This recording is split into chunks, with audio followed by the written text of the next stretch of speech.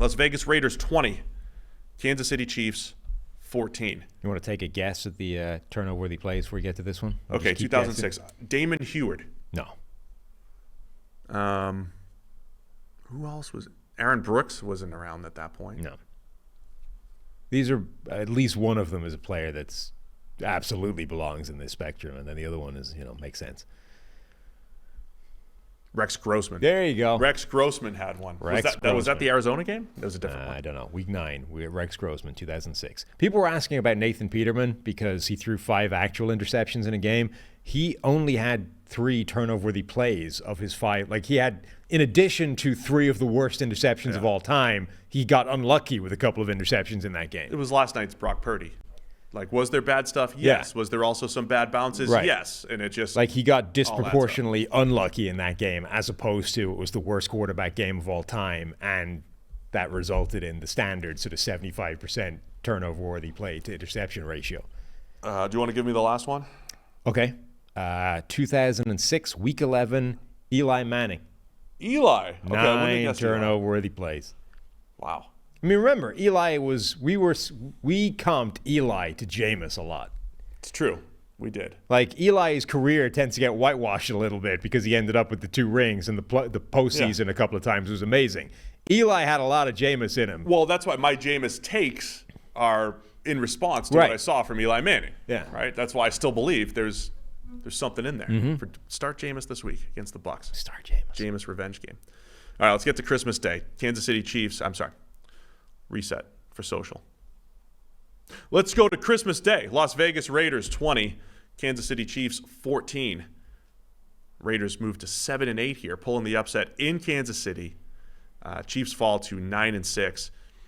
There's a lot to discuss here. Maybe the worst game. I mean, this has to be the worst game of Patrick Mahomes' career.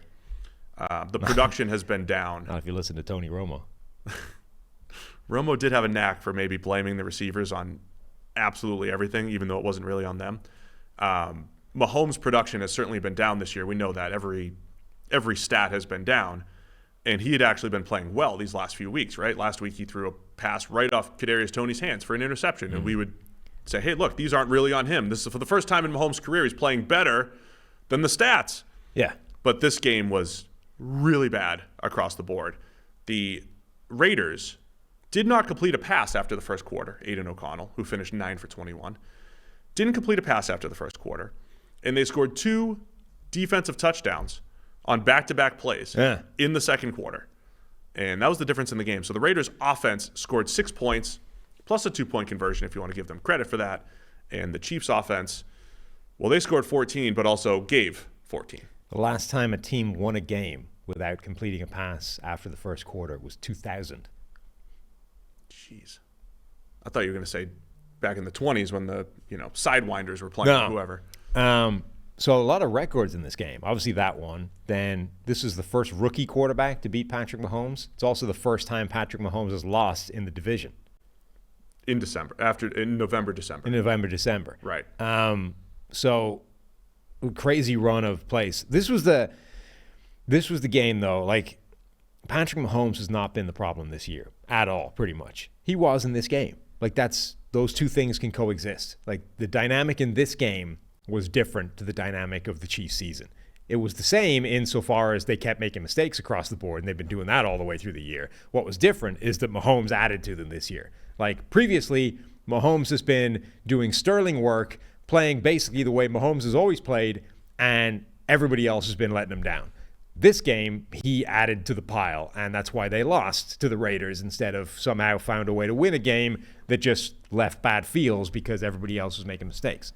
The first big mistake was they have Isaiah Pacheco take the direct snap, and Mahomes is playing running back, and they do this all the time, the trickeration. That's the thing. Like, it was a throwback pass. Now, they often do this in the red zone. Yeah. They did this in their own territory. Yeah. And Mahomes did not handle – I mean, I think Pacheco put it in his gut, and Mahomes, who's a quarterback, did not do a good job on the exchange receiving the handoff. Ball hits the turf, and Bilal Nicholas picks it up, runs into the end zone for the touchdown. Now, Nichols. Pick six. So Nichols It should have been Nicholas because it was Christmas. Bilal Nichols, wins the MVP, the Nickelodeon. Oh, did he? I didn't see any of the Nickelodeon elements, so you'll have to bring me up to speed. I don't want to say that it was staged or anything, but they had a vote. And the voting into the third quarter was Nichols and then Mahomes, then Kelsey in the voting. And I don't want to say that, like, the people weren't really watching the game. They were just clicking Mahomes and Kelsey. It was Kelsey second, Mahomes third. But I think they did a nice job. You can't hand it to Kelsey or anything like that after you lose, or Mahomes in his worst game. Can you imagine dragging Mahomes up to take that award after that game? They probably should have slimed him. Didn't they do it before though? When somebody won one of those didn't they win it after a defeat, and they had to drag him up and take the crappy Nickelodeon thing? Dak. I think they gave it to Dak or something, but he kind of played well, but because they do that in other sports. The man of the match comes from the winning team, right? Which can cause some problems late in the game where the game is on the line, and it's like you got to switch it. Normally, you'd you give the announcement with a couple of minutes to go on the broadcast, right? But if the game is still in jeopardy with a couple of minutes to go, now you're like, oh no, what if it goes the other way, and now we got to bring this guy up as man of the match on a losing team? It's not as good.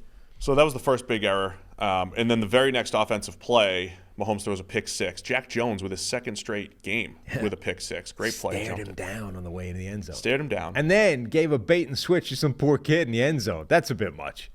It's a kid. Give him the ball. Good for Jack Jones. Good for Jack Jones. The Raiders. Just bringing misery to children. What do you think Antonio Pierce probably, whatever you give him extra helmet stickers or whatever you give out if you're the Raiders. So the picks, that ended up being the difference in the game. That put the Raiders up 17-7. Mm-hmm. And again, in this comeback attempt, the Chiefs could never find any rhythm.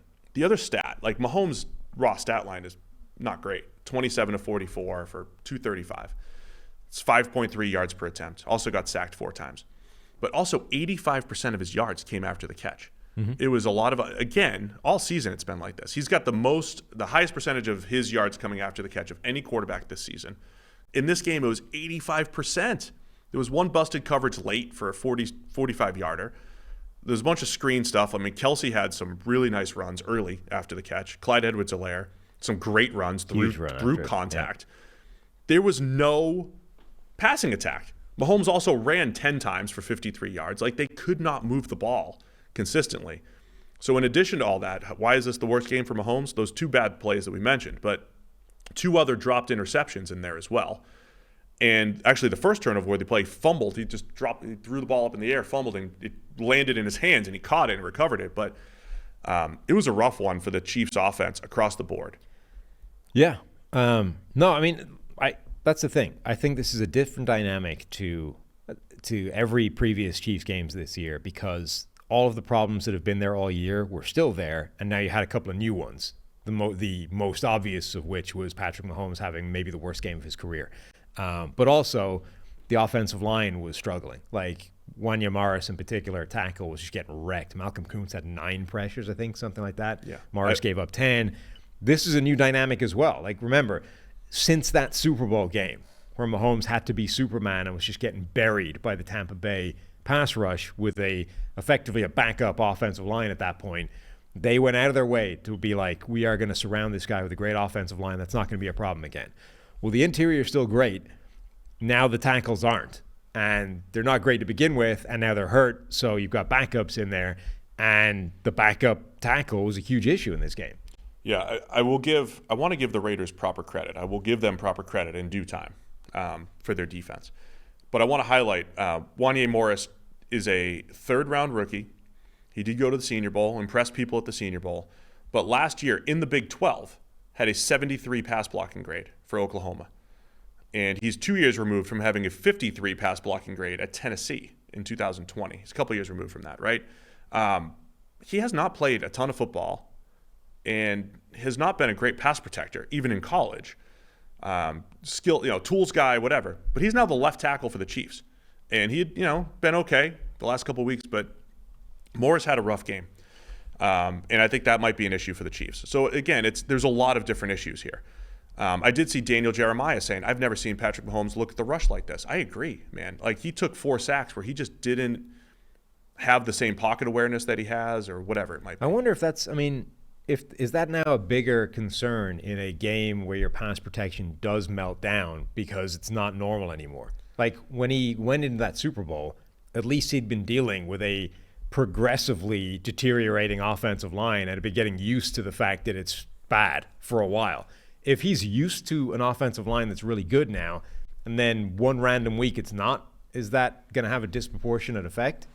See, but again, I think it's also the perception of pressure that's just as bad. We always reference the Baker Mayfield season where it wasn't the stats, it wasn't the pressure itself, it was the perception of it. I think even in that Super Bowl, it wasn't the offensive, like it wasn't like the worst offensive line performance in history. It was the perception of it. It was like, I've got my backups out there. I have to be superhuman, and I think that's what's hitting to Mahomes right now, is feeling like he has to play superhuman every single week. So I think he's actually feeling the pressure of everything falling apart around him, and then he fell apart yesterday. Now, the Raiders deserve so much credit for, I think, what they've done on the defensive side of the ball. Malcolm Kuntz has been excellent this season, rushing opposite Max Crosby. They did a great job. I mean, there's just not a lot of open throws for the Chiefs in this game. The Raiders did a great job on the back end, very disciplined, forced Mahomes to hold the ball. And again, there was no downfield throw opportunities really. And if there were, Mahomes would miss them.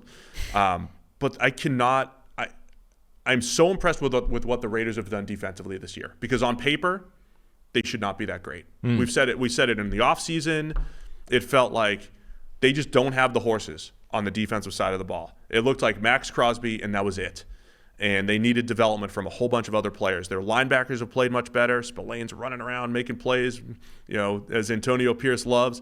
I'm just saying the Raiders defense, with guys coming off of some bad seasons last year, have been very impressive this year. Yeah. And obviously the last couple of weeks have shown like Jack Jones can be a huge addition to this team. I mean, a guy who was not gotten rid of because of play, was gotten rid of because of, off-field issues apparently. Now, he's gone to Las Vegas, so this might just be a ticking time bomb. He's very talented. Right.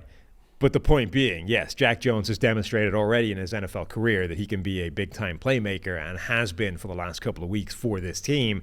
So if they can keep him together, that's a huge addition. Now you've gone from having like one viable half-decent corner to you found a second one. You've got other people making plays. Yeah, their defense has been way better than we expected it to be and improving. Like, it's getting better. Their defense feels a lot like their offensive line did last year, where going into the year, you're like, this is a terrible unit. And then it just consistently got better all the way through the year. And by the end of the season, you're like, this is actually a pretty good group.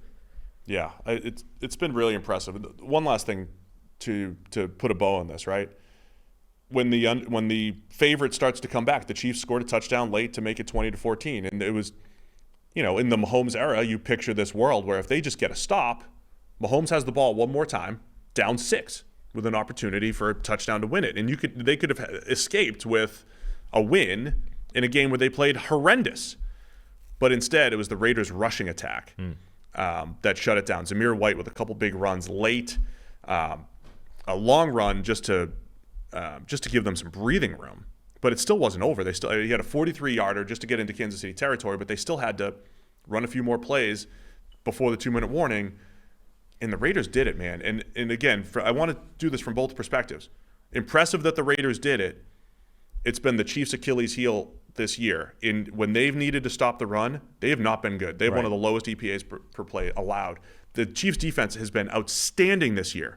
But against the run, they've shown a weakness, and it showed up again, I think, in this game. Even in this game. I mean, Devontae Adams was a non-factor in the game. He got targeted 6 times, I think, came up with 1 catch. Now, one of them, he definitely should have come up with another one. But the point being, they effectively shut down Devontae Adams and yet couldn't stop the run when they needed to. Like that, they were very good in some areas, but couldn't stop them in the most important way when they needed to late in the game. So what does this all mean? Chiefs are out of the running for the number 1 overall seed. They have no competitors really for the division in the AFC West. I don't even know if the Raiders and Broncos are both in second at 7-8. I don't even know if they win out and the Chiefs lose out.